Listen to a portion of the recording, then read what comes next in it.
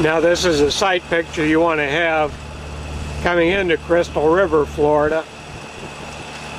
You want to swing around to the south and head back in to the northeast, and you'll maintain some clear water over the reef patches that way. What you want to have when you come up through here, one is Cruising Guide to Western Florida, and the other is Florida's Big Bend.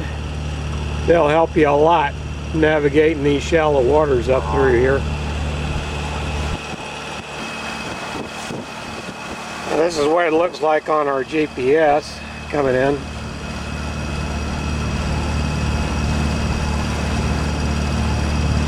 And a couple old Civil War wrecks on these oyster bars to either side. And here's our entrance channel.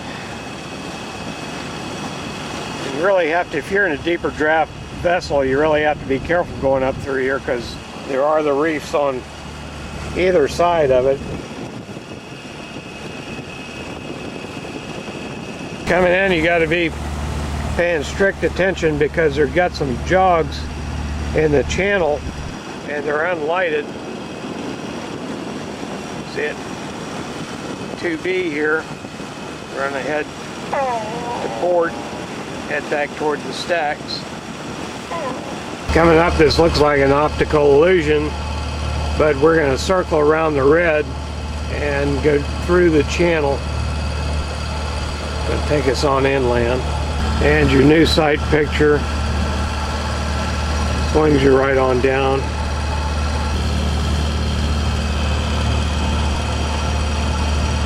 Now, Claiborne Young, in his book, Cruising Guide to Western Florida, has an anchorage behind Shell Island here, and we would take that if we didn't have a ripped dinghy, because we can't get there anyway. As we come in and around Shell Island, you've got this little pocket in behind here that you can get good protection in. And we're actually swinging a little bit southeast on our run up the river. There's your plant, there's your entrance channel, and there's the back of Shell Island. We're going to have these bends in the river to contend with. On the north bank, shortly we'll see the Crystal River Archaeological site, which I'd recommend you come through and see. This area has been continually habitated for thousands of years. About 20 years ago or so, in my 30s anyway, I was hired from Crystal River south to find archaeological sites through here, and I would typically look for an island that had that centerpiece, that turtle shape, and oak trees, and anytime you found that, you pretty much had a site of habitation out here. That time is going through here with a little whaler Montauk, just hitting any island that was out there. And I don't know what happened to that research. Probably in the site files, Florida site files, at the Florida Department of Historical Resources up in Tallahassee now. Now this is the Crystal River mounds, and again I'd highly recommend pulling up there and scoping that out. They've got a little historical center inside. Past green 27 dead ahead's going to be another obvious anchorage with all these sailboats. Now we draw 2 feet 9 inches. We're going to head on up the river. As you come around the anchorage to the north side, that little island, you've got Pete's Pier. Now we've been up here for a day, and they've really been rocking and rolling in that anchorage back there. We've had up to 6 inches of water here in Crystal River, and it's just been a flood of rain coming down. It's the first opportunity I've been get out and film. But if you have shallow draft, I would highly recommend coming on up the bay and getting in here behind this little island if you can, and through this little cut into your to starboard or to the right is the big spring where the manatees are, King Spring, and you want to take a look at that in a dinghy if you can.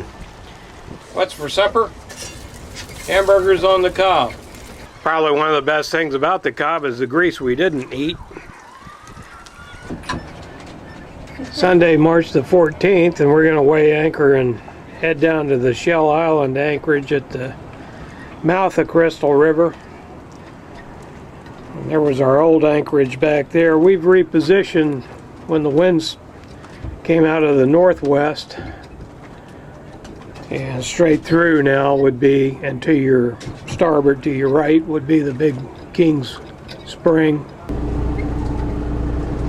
Somebody else is waiting for us to go. Now, as we're coming out of Kings Bay, to our right is Pete's Pier, and through that opening is, I believe that's Charlie's Fish House straight ahead. And then you got a couple more of them to the left. And then if you, from Pete's Pier, if you go through this little opening here, you'll get to Hunter Spring, which was the traditional spring up here for swimming.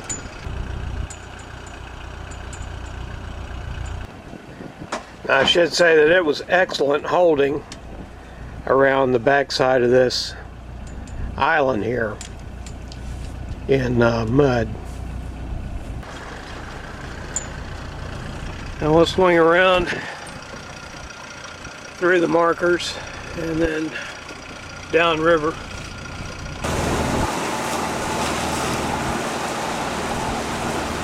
Now we're going to bear to starboard and head on down the Crystal River to Shell Island, but we're at the junction of the Salt River, and you got a power line here, and Twin Rivers Marine is right dead ahead. Now this is Shell Island approaching from the Crystal River side, and we talked to a local captain. He said there's a hole roughly dead center of the island out, and we're going to try to find that and anchor in it. But he's the same guy that runs a pump out service. You can get pumped out for $5 all the way down to Shell Island. So from the sign, we're in a hole of 15 feet, and there's your island, and it shoals rapidly over there, so easy dinghy ride though. This is one of the pleasures of boating, the midnight reposition. The winds have kicked up to 35 knots, so we've come right on top of Shell Island and dropped the hook literally on the shoreline. And I've got a stern anchor out as well. Just taking a quick look here to reconfirm that we're holding. Shell Island's a beautiful anchorage, but I can't recommend it overnight. We had 5 shrimpers come through at 4 a.m. and rolled us to bed. That it rolled us out of bed, and then at 5 a.m. they came back through and rolled us to bed. That it broke the stern anchor free. So I can't recommend staying here overnight anymore. We're coming past Shell Island here at low tide, and you can see the bars. Gives you an idea of what you want to stay away from. Quite prominent. Very close to the channel. This is Shell Island on the seaward side, and bars continue on out into the bay here. Western face of Shell Island, and you can see just how much trouble you can get into around here, because that is all underwater at high tide. 4.2 coming through the channel here at low tide.